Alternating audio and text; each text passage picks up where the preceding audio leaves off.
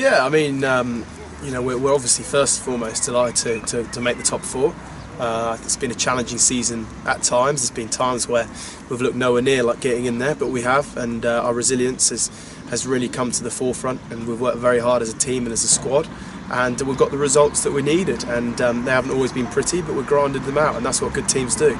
And now we go down to the Rec, and we really look forward to it. I think Bath have definitely had some great rugby this year, and probably been one of the, if not the form team in the Premiership. As I say, I think this side here, that we'll go down there with plenty of confidence within the camp, and we really look forward to being a part of what's going to be a very, very interesting game.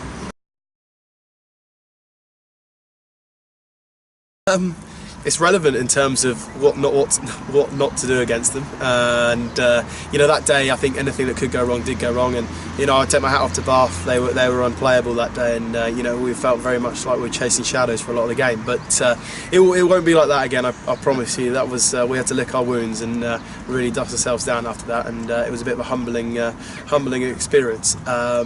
But look, I mean, obviously it gives them confidence because they know what they're capable of.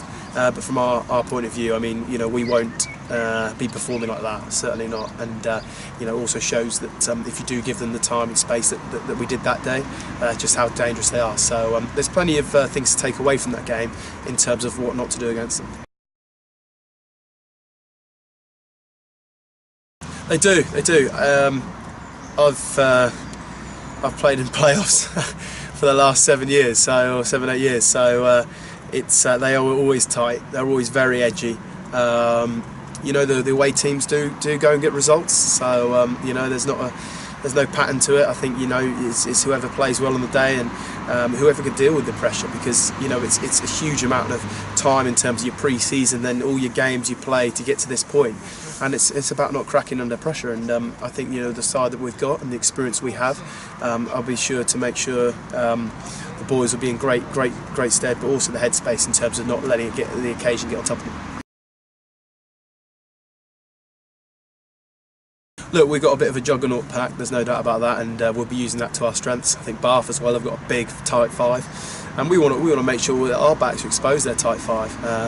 We want to get out those big boys and make them run about, and set piece wise, we really feel that we can have a great contest there, and I'm sure both teams will be going at it at the driving play, but also scrum time. And the last thing we want is give them good front foot ball, clean ball for guys like George Ford and Carl Eastman to pull the strings, because you allow that to happen, a bit like in September we'll be chasing shadows. There is, yeah, and that's probably just because of the history and the amount of times that we've been involved within the final. Obviously last year was the first time in 10 years that we haven't been a part of the final, and this year we want to make sure that we get there again and try and compete and try and win it. So yeah.